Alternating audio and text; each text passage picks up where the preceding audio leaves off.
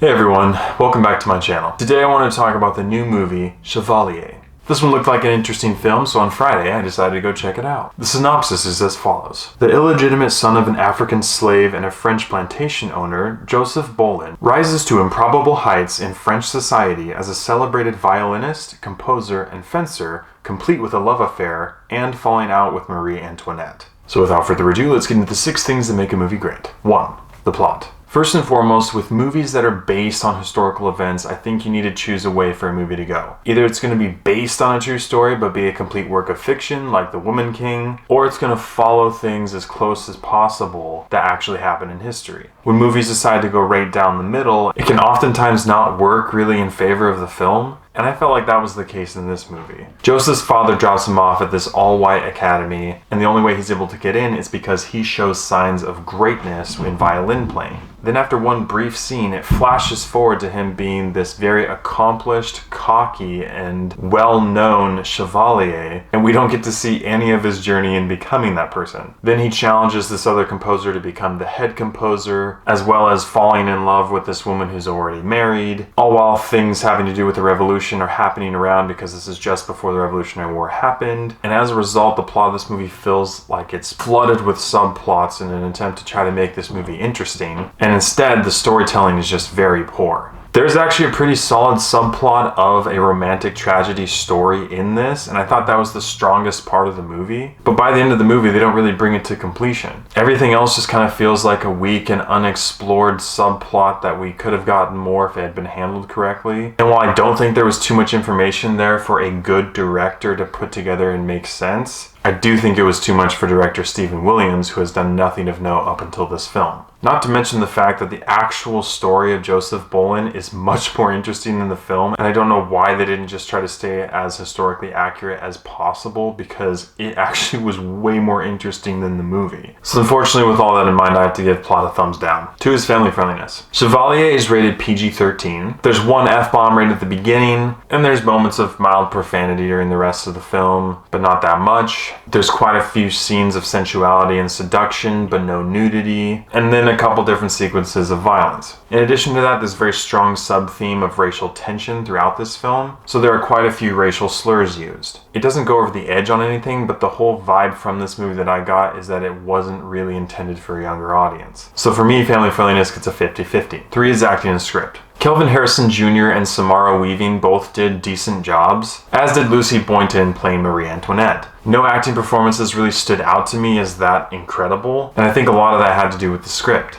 Dialogue between characters was okay, but again, this movie had a lot of different elements that could have made it a very interesting story, but because of how poorly it was written, including the dialogue, it just kind of felt like this blurry, incoherent mess. The timeline in this movie was kind of weird too, because there were lots of flashes forward, and the end result is just a handful of decent acting performances with a script that didn't really allow any of its stars to shine. So for me, acting and script get a 50-50. 4 is character development. You get some character development between Joseph Bologne and Marie Josephine, the woman that he's having an affair with, and you get some very surface level character development between Joseph and Marie Antoinette. But again, there was nothing really deep when it came to the character building in this movie. And I think the biggest area where this causes issues is with Joseph Bologne. He's dropped off at the academy and then just flashes forward until he's this very accomplished violinist that's so well known by everyone. And we don't get to see any development during that period of time.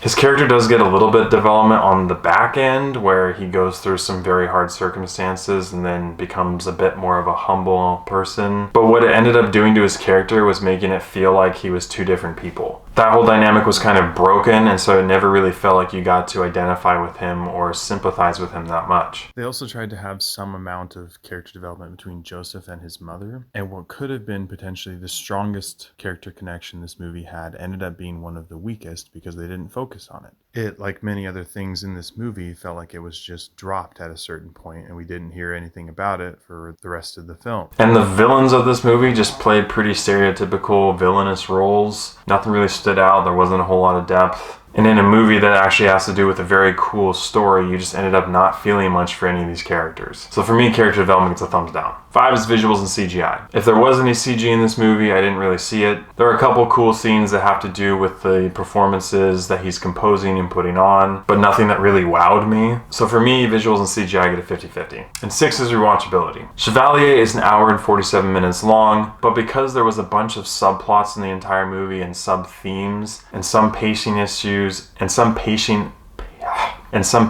issues mixed with a kind of half-hearted attempt at a romantic tragedy, it felt really long. There is honestly a really cool story here, and I think maybe in 10 years a more experienced director can potentially remake this movie, make it more historically accurate, and make it more interesting, because this movie kind of just felt boring and distracted. So for me, rewatchability gets a thumbs down. With all these areas considered, I have to give Chevalier a 5.5 out of 10. This movie had some decent acting performances, and it took a pretty decent shot at a romantic tragedy had it brought it to fruition. But it was very evidently distracted by too much story content for the director to handle, and it had way too many sub-themes and subplots that it was trying to work with, to the point where everything felt kind of diluted, and the base story about Joseph Bologne and how interesting and accomplished and amazing of a man he was just gets lost. So with all that in mind, Chevalier is not a movie worth going to see in theaters, despite the need for the story to be told. Thank you so much for watching. If you've seen Chevalier, please let me know what you thought about it in the comments below. As always, I appreciate your love and support, and I'll catch you guys and gals